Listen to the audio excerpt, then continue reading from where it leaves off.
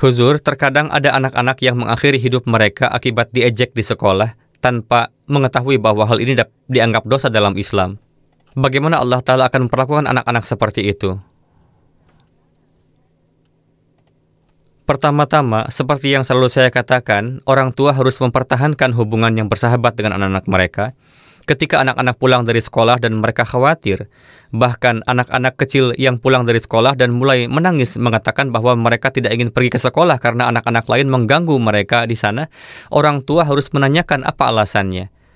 Kemudian mereka harus bertemu dengan kepala sekolah, guru sekolah, administrasi sekolah, dan memberitahu mereka bahwa anak-anak mereka sedang dibully di sekolah, dan ini adalah kondisi anak mereka. Mereka harus bijaksana dalam hal ini. Terkadang terjadi bahwa ketika ada keluhan, anak-anak yang menyebabkan masalah mulai menyebabkan lebih banyak masalah sebagai pembalasan. Kemudian anak tersebut menjadi benar-benar gugup.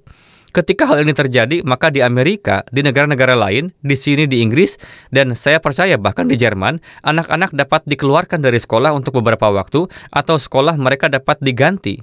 Atau mereka dapat belajar di rumah. Anda harus membangun kepercayaan diri mereka. Ketika mereka pulang ke rumah, dorong mereka, katakan bahwa mereka harus melakukan studi mereka, dan bahwa mereka tidak boleh takut pada orang lain.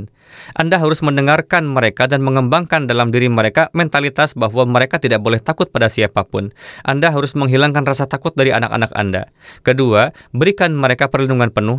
Anak-anak harus menyadari bahwa orang tua mereka berdiri di belakang mereka yang akan membela mereka di hadapan para guru, kepala sekolah, dan staf sekolah, dan memberitahu mereka bahwa hal ini tidak boleh terjadi, dan mereka juga akan memberikan perlindungan kepada saya. Jadi ketika keadaan ini tercipta, maka penyakit psikologis akan mereda. Dan ketika mereka mereda, maka hanya ada satu obat, yaitu orang tua harus berteman dengan anak-anak mereka. Seharusnya tidak terjadi bahwa sepanjang hari ayah sibuk mencari uang dan ibu sibuk bergosip sehingga anak-anak menderita. Orang tua harus menyadari bahwa mereka perlu berkorban demi anak-anak mereka dan bahwa mereka tidak boleh memiliki anak-anak dan kemudian membiarkan mereka berkeliaran bebas seperti binatang di hutan. Sebaliknya mereka harus mengubah anak-anak mereka menjadi manusia yang baik, dan untuk menjadikan mereka manusia yang baik, seseorang harus berusaha keras.